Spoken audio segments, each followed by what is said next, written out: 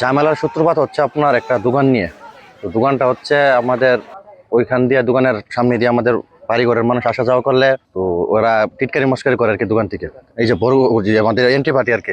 আজকে সকালে আমাদের একটা ছেলে ওই অটো চালা, সে দুধ নিয়ে যাইতেছে। হ্যাঁ, তারে ওই চান্দিনার মাথায় তারে লাগাল পাইয়া সেরা তার গাড়ি ভাঙচুর করছে, তারে মারধর করছে। তার কাছে কিছু টাকা ছিল, মোবাইল ছিল, এগুলো নিয়ে গেছে। সে আইসা আমার কাছে বিচার দিছে। বিচার দেওয়ার পরও আমরা ধৈর্য ধরে রয়েছি। আমরা তারে বুঝাই কইছি যে আমরা ঝগড়া করবো না, তোমরা ধৈর্য ধরো, ধৈর্য ধরো, ধৈর্য ধরো। আমরা এইভাবে ধৈর্য ধরে আসতেছি। আর যতই ধৈর্য ধরি ততই তাদের অন্যায়ের মাত্রা দিন দিন বাড়তি আছে। আমার ঘরের উঠে থানা ব্যাংকে উঠতেও ডাক্তার ঢুকতে পারে নাই। উঠে ব্যাংকে তিনটে সাল ব্যাংকে ওই বাথরুম উঠতে ব্যাংকে ছিঁড়া আমার ঘর থেকে ফ্রিজ থেকে মাংস নিচে গা, একটা টিভি নিচে, এরপরে আপনার কি এই ফ্রিজ ব্যাংকে ফাড়াতে গেছে পোয়াটা ভাই আমার সোলার চলে গেছে। তো এটা নিয়ে আমাদের যে নাটাই ইউনিয়নের সাহেব সর্দাররা আছে তারা সবাই অবগত।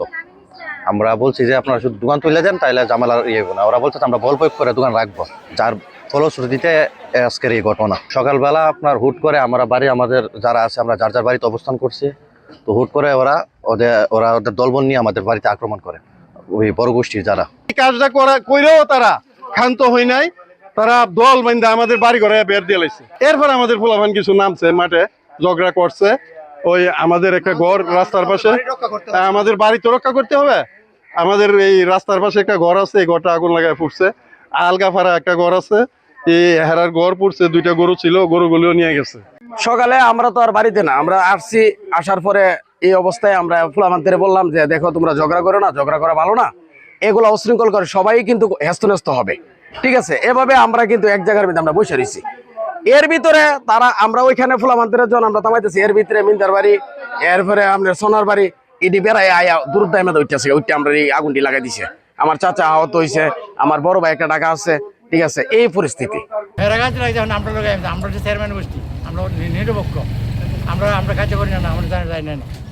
আমার বাড়িতে ইয়া করছে